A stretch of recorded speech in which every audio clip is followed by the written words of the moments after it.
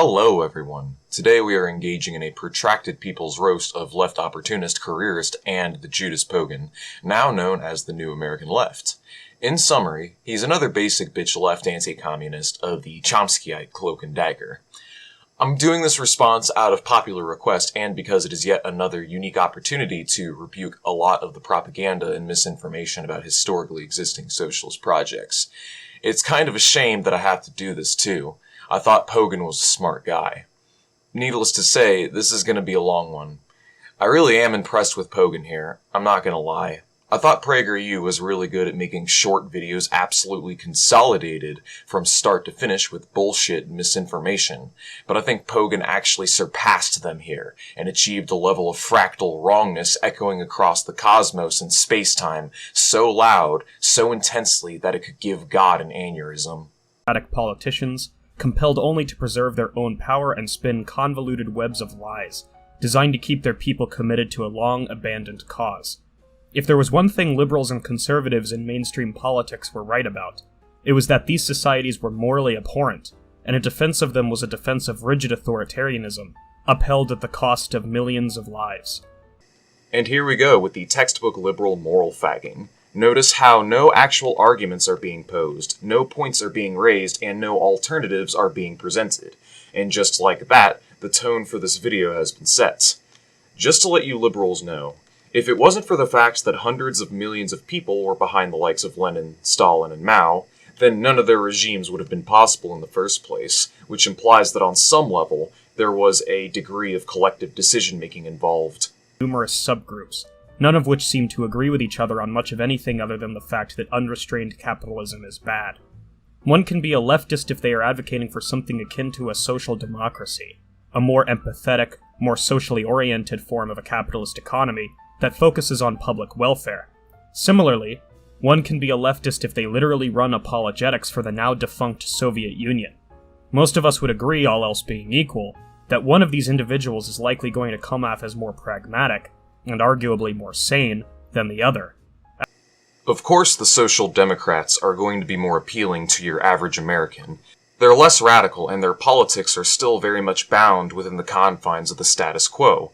And at the same time, the social democrats don't need to deal with a century of baggage of Cold War hysteria. In addition, the Socdems also don't know their own history as to how and why the Nordic countries have those reforms in the first place. But hey, that's another video. This is an appeal to popularity.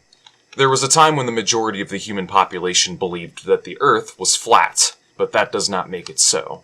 And to pander to social democrats and liberals is to water down the truly revolutionary nature that our movement needs in order to realize genuine change for the better. It is in this way that Pogan is a tailist, one who does not lead the masses, but instead follows them, hence tails them.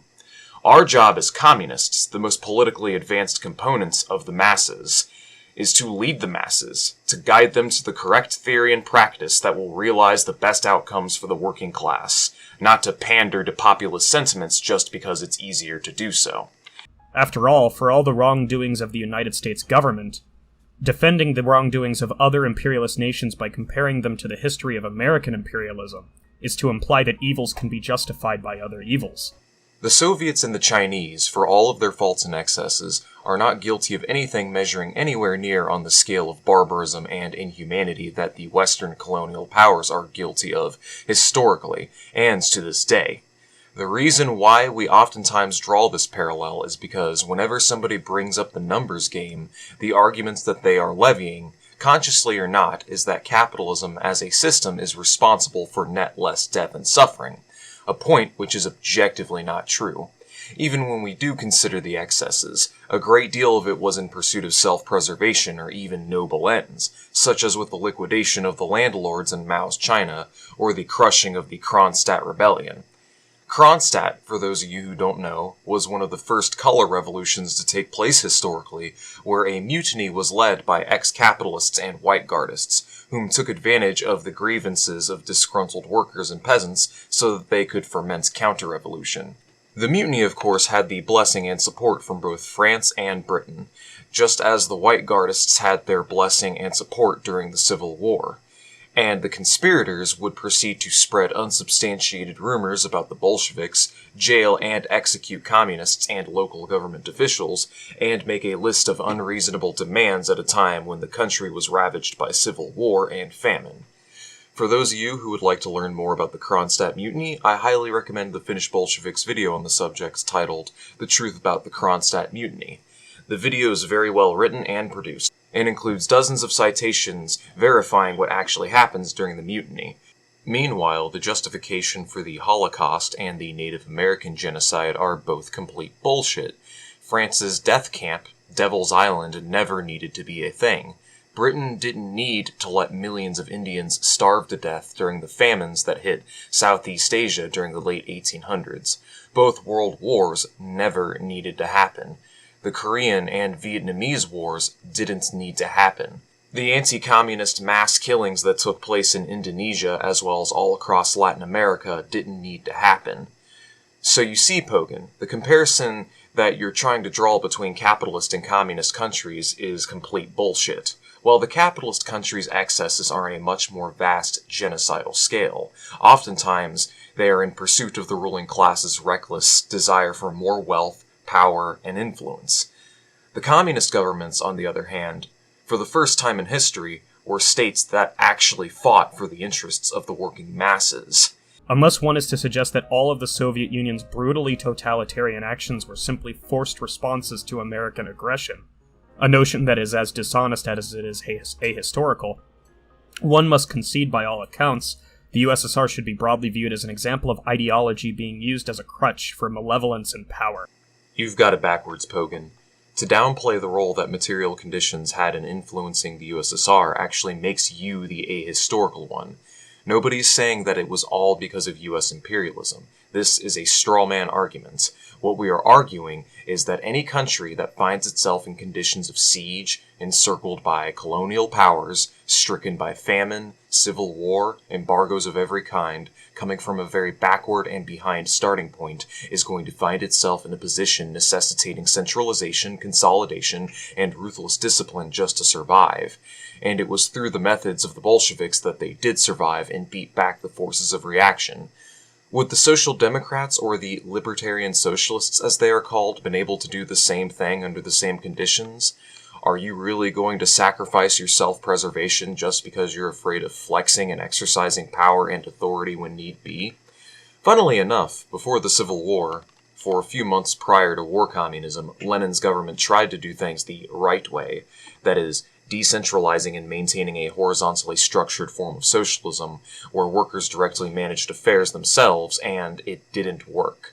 Cooperatives started to compete with one another. Firms began to ignore government quotas. Some co-ops went on to sell their factories and equipments to private owners, and the ultimate result of which was disorganized economic chaos leading to shortages, waste, and unemployment.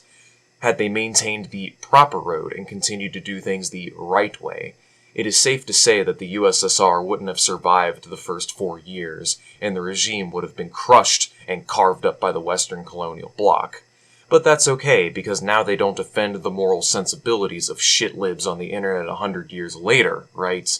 From Eastern Europe to Maoist China to Cambodia under Pol Pot and Vietnam under Ho Chi Minh, the application of Marxism-Leninism has consistently led to brutal atrocities and flagrant violations of international law and human rights.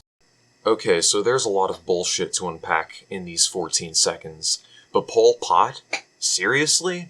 I don't know any Marxist-Leninists who unironically support Pol Pot or the Khmer Rouge, so I don't know where he's getting this from. But first off, the Western European powers are not ones to lecture anybody about human rights, okay?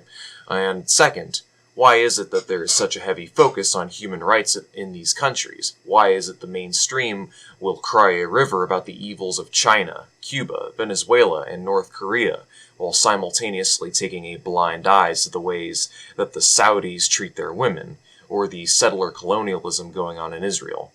Well, it's because there are allies now, isn't it? The term human rights is a phrase used by first world imperialist countries to concern troll for regime change against their geopolitical enemies. Any nation that doesn't kowtow or allow itself to be plundered by the Western colonial bloc is subject to being cooed, having their leadership assassinated, or the country outright invaded like in the case of Korea or Vietnam. And if said nation can avoid both internal and external sabotage, if the imperialists cannot destroy these countries in their entirety, then they will opt to destroy these countries' images instead. For brevity's sake, I'll put it to you like this. There's a reason why all of the loudest voices in mainstream media with respect to Cuba mainly come from Gusano families who fled on boats to the United States after their wealthy estates and private property was confiscated from them by Castro's government. There's a reason why Solzhenitsyn's Gulag Archipelago is treated like an accurate and credible source for all things Soviet Union, even though the text is a fiction novel. My point is that there is a reason to lie about these things, or exaggerate certain historical facts in an effort to make these nations look as bad as possible, and the reason for this is that the capitalist class owns and controls the media, intelligentsia, and the culture by which we receive this information, so it's in their class interest to demonize the Reds as much as possible, and useful idiots like Pogan here serve a glowy agenda in doing what they do. This is not something that is confined to history textbooks. Modern China, which still incorporates elements of Marxist-Leninist and Maoist thought, is likely engaged in a campaign of ethnic cleansing against Uyghur Muslims in the Xinjiang province. Fuck, here we go again. Running apologetics for these regimes does two things, both of which are highly toxic to the agenda of the left. First, it implies that the USSR, China, Cambodia, and similar nations are true realizations of leftism. And second, it forwards the notion that genocide and imperialism are excusable, so long as such efforts are undergone to oppose capitalism.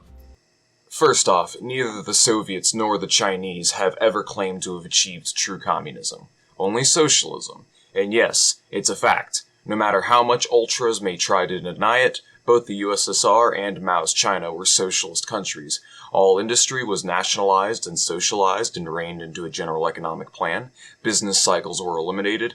There was no capitalist class. They were governed by communist parties comprised of millions of people from working class origin, and money took the back seat when it came to economic decision-making. As for the second point, neither the Soviets nor the Chinese are guilty of genocide. I know right now liberals are trying to broaden the definition so that they can classify the situation in Uighurstan as such, but neither governments have ever engaged in anything resembling the kind of systematic extermination of peoples, resource theft, labor exploitation, or land grabbing as exhibited by the United States or by the other Western European empires.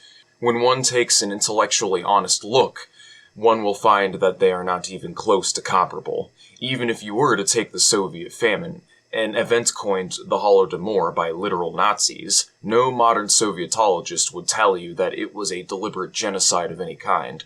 Not even Robert Conquest, the king of anti-communist grifting himself, would tell you that it was a deliberate genocide. And the Soviets and Chinese weren't imperialist either. Not by the Leninist definition of the term. There was no financial oligarchy, there was no finance capital, nor was there the exporting of capital or the drawing up and dividing of foreign markets. The Soviets absolutely did not have the capacity to exercise economic imperialism in the same manner that the United States and the West could. They didn't export capital, but rather commodities, which they sold below market prices while purchasing goods from these countries above market prices, effectively subsidizing them. And in a lot of cases, they were actually doing the opposite of imperialism. While the United States was in the process of cooing and overthrowing sovereign governments abroad so the transnational corporations can move in and privatize everything and dominate domestic markets, the Soviets aided countless nations in their national liberation struggles. From Vietnam, to Korea, to anarchist Catalonia, to Ethiopia, Somalia, Afghanistan, to the Sandinistas in Nicaragua, and so on. And to try and compare the Soviets to the West, to try and put them on equal footing, by doing this, liberal equalizing and saying this bullshit that both sides are bad, so I'm going to be unprincipled and sit on the fence post, simply biases the centrist in the favor of reaction, since reaction is the status quo, after all. You don't stand for anything, so you'll fall for anything. Now, China, on the other hand, is definitely engaging in some questionable exploitative practices with their economic policy down in Africa, but that is a different conversation. Noted scholar and political commentator Noam Chomsky.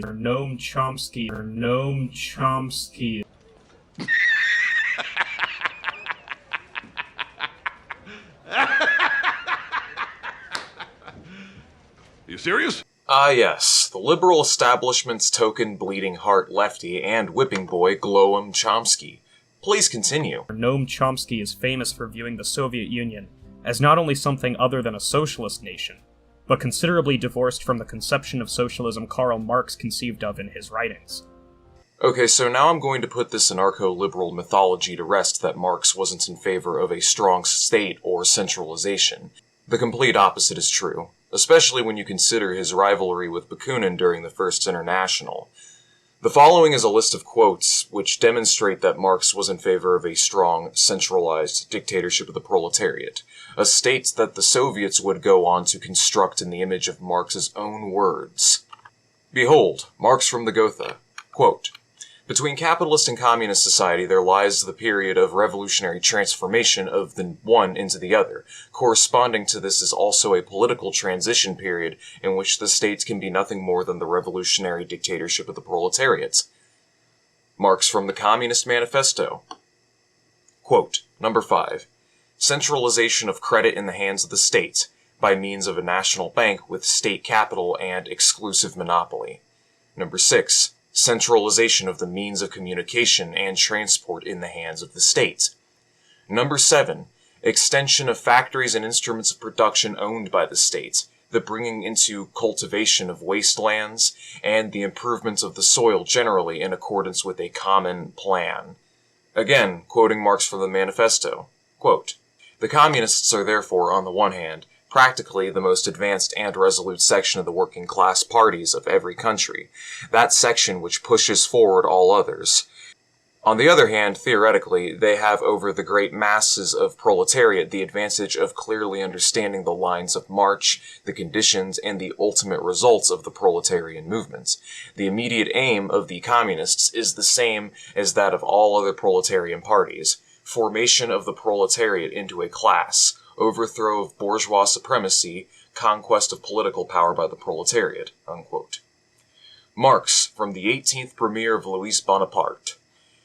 Quote, "This executive power, with its enormous bureaucratic and military organization, with its ingenious state machinery, embraced wide strata, with a host of officials numbering 500,000. This appalling parasitic body, which enmeshes the body of French society like a net and chokes all of its pores, sprang up in the days of the absolute monarchy, with the decay of the feudal system which it helped to hasten. Finally, in its struggle against the revolution, the parliamentary republic found itself compelled to strengthen, along with the repressive measures, the resources and centralization of governmental power. All revolutions perfected this machine instead of smashing it." Unquote. I repeat, all revolutions perfected this machine instead of smashing it. Unquote. And this is exactly what Lenin and friends would go on to form: a centralized communist party for and by the working class, comprised of the most advanced components of the working class. Lenin established the revolution, and Stalin fulfilled it. So as you can see, it is the radlibs whom are the ones trying to appropriate and distort Marx as to turn him into a toothless liberal, because if they can do that, then they can use this watered-down straw man to discredit Marxism-Leninism and the Soviet project. How incredibly inconvenient for them that when one actually reads Marx, that the actual literature suggests otherwise. The USSR was never a socialist nation.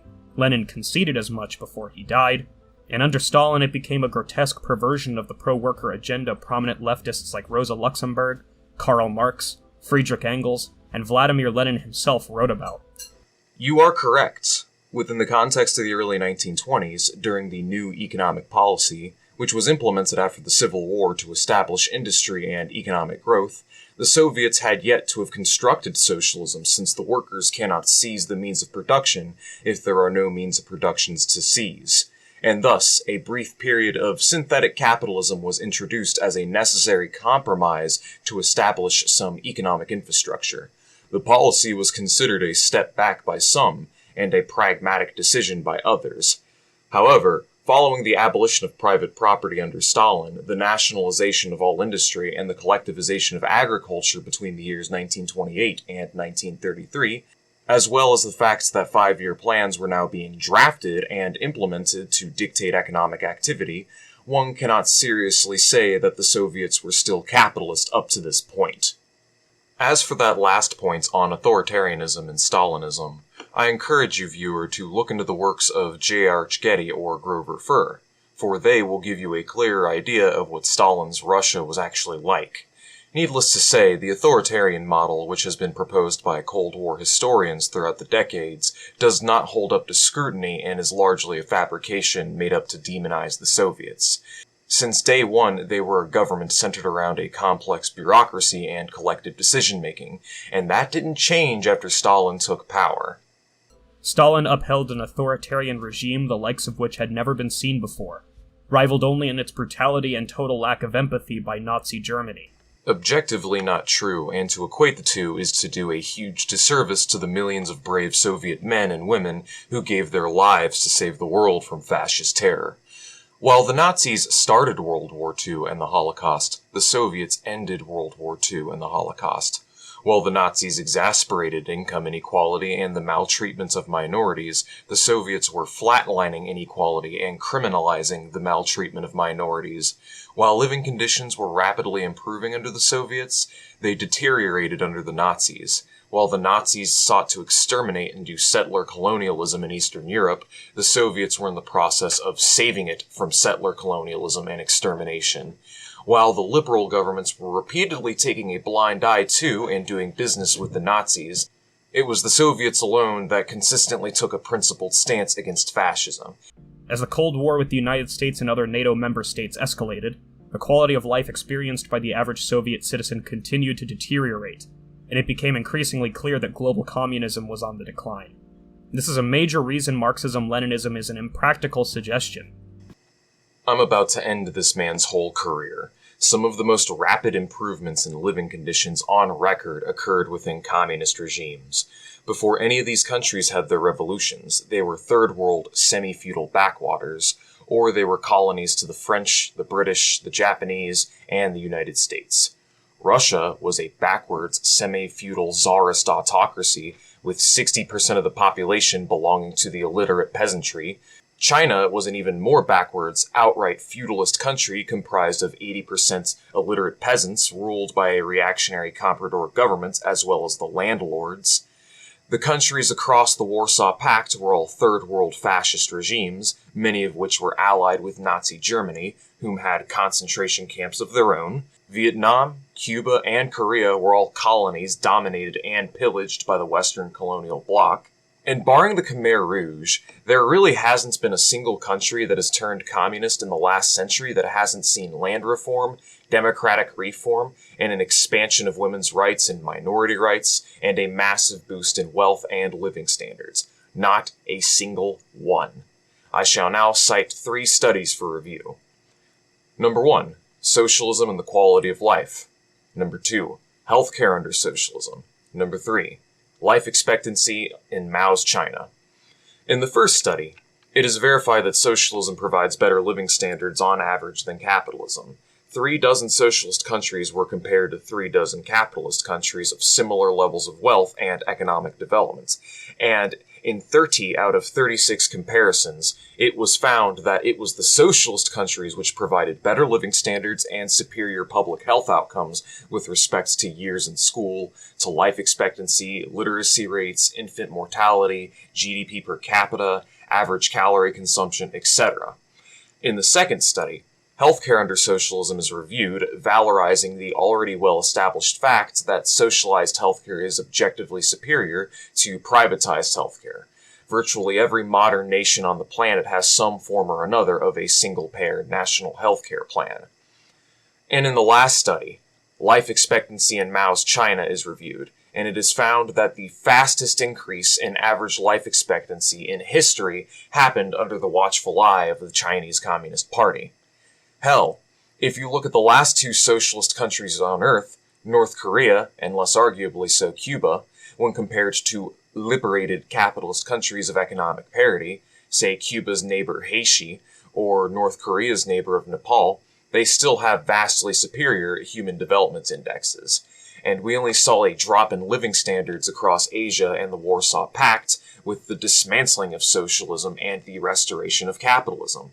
I have seen multiple studies suggesting that in the 1990s alone, anywhere from 8 million up to 12 million excess deaths occurred due to the increased crime, drug and alcohol abuse, food insecurity, and other poverty-related causes.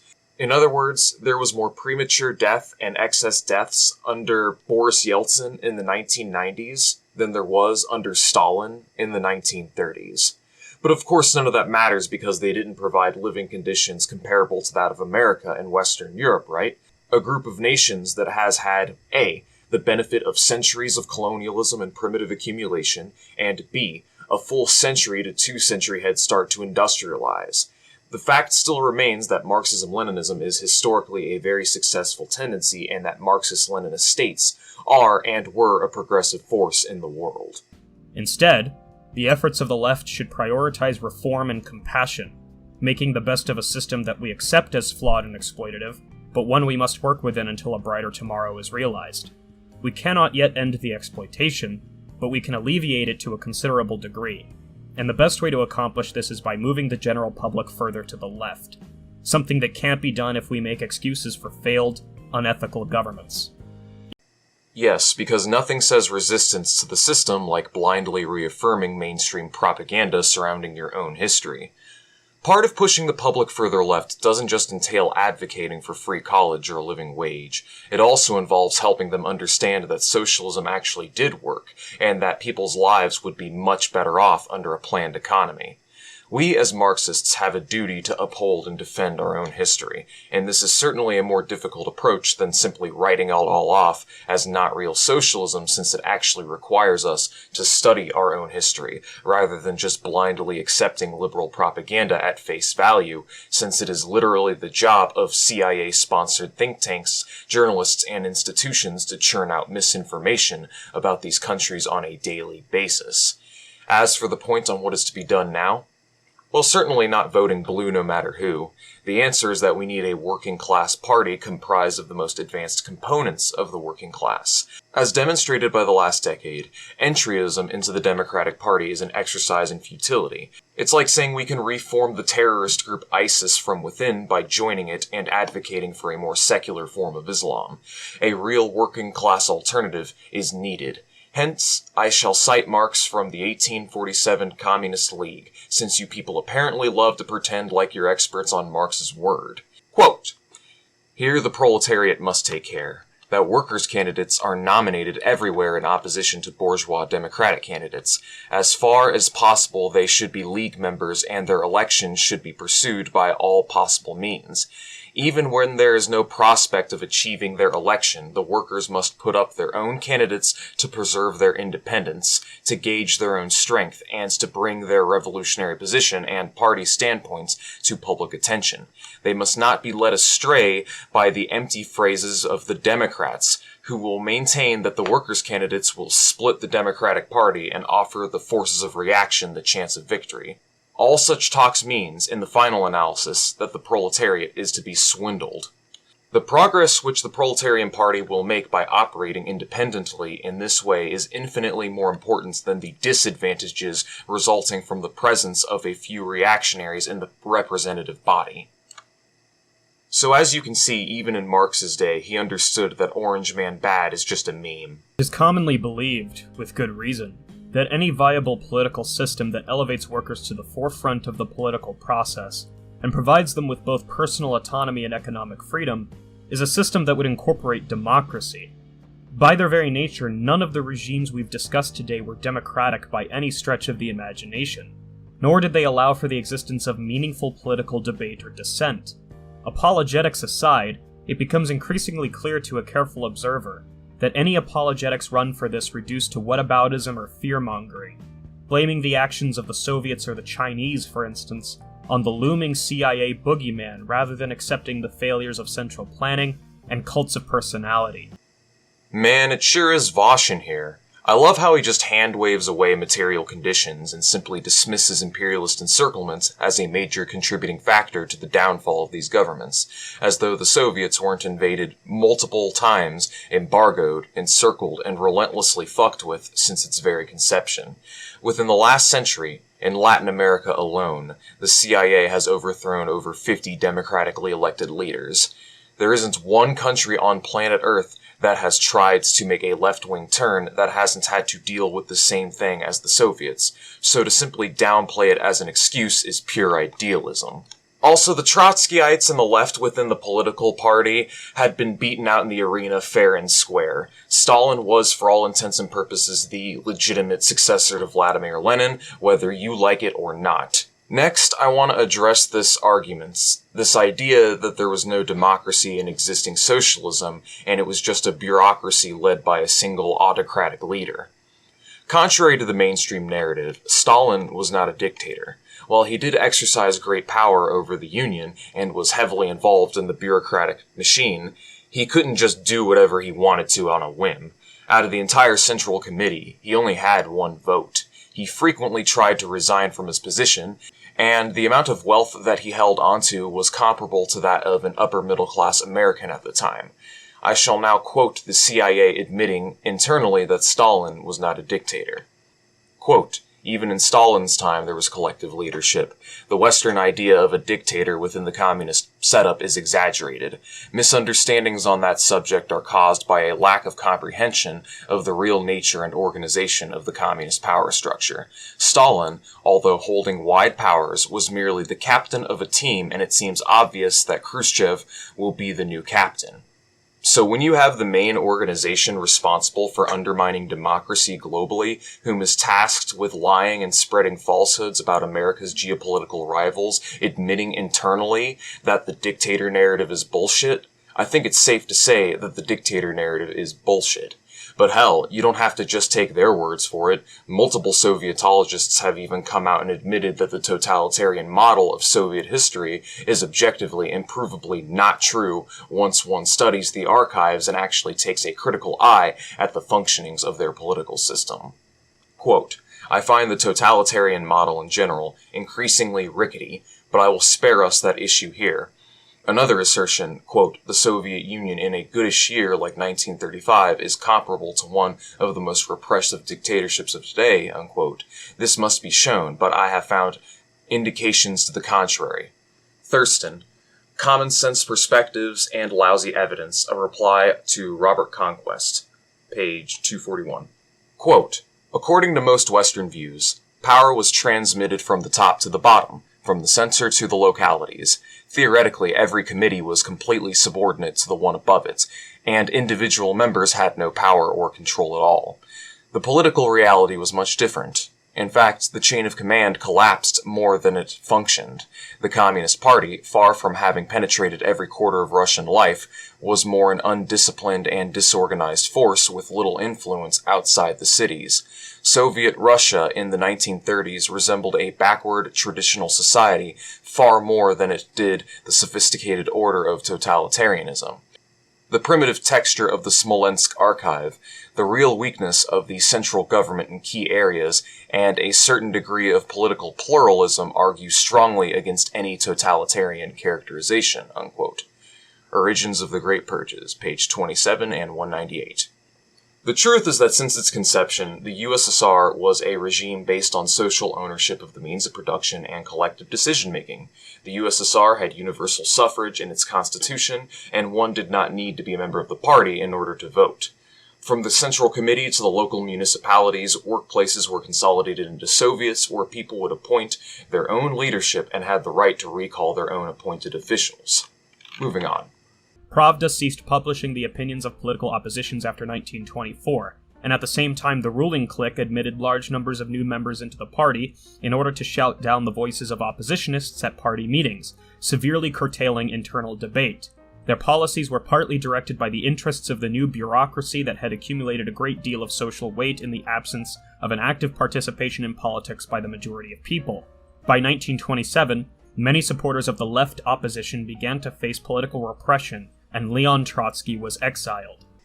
Yes, because despite Stalin being appointed to his position fair and square, Trotsky and the left opposition would continue to violate democratic centralism and challenge Stalin for his post, despite the fact that the left and the party were in favor of wildly impractical and popular policies at the time. Trotsky wanted to continue war communism and wage war on the European countries. However, war communism was wildly unpopular amongst the peasantry, and after 4 years of World War I and 4 years of Civil War, the last thing that people want to do is fight yet another war. Stalin, on the other hand, had a more pragmatic approach. Continue the NEP for a time, and prioritize the construction of socialism in one country, since the revolutions in Europe failed. Everybody was exhausted and weary of war, and it simply made the most sense to build a working model of socialism back on the home front. It's not like Stalin's ideas and policies at the time were unpopular. Quite the contrary, they were very popular, and the repression of opposition voices came from a vocal minority which would continue to oppose the popular will of the majority at a time when the debate was over. This isn't a violation of anything. It's the centralism in democratic centralism, where there is democratic discussion on an issue for a time, but once the group has come to a decision, that decision is final. Doesn't sound like Stalin is exercising autocratic control when he's literally implementing the popular agenda on behalf of the majority to me. However, the individualist Trotsky and his clique would only continue to conspire against Stalin repeatedly, from insinuating that he murdered Lenin on numerous occasions, to circulating Lenin's will in an attempt to manipulate the words of a dying man to get him pulled from his position. In the end, it didn't work because 1. Lenin never officially called for the removal of Stalin if you actually read what he said, and 2. It wasn't up to Lenin at that point. It was up to the Central Committee, and they chose Stalin because his ideas were correct, and also because he was a political workhorse. In the end, his conspiring and his treason would lead to his banishment from Russia. Well deserved, if you ask me. If you identify with one of the ideologies that I've mentioned in this video today, I hope you understand that I'm not attacking you as a person or insinuating that you're a bad person.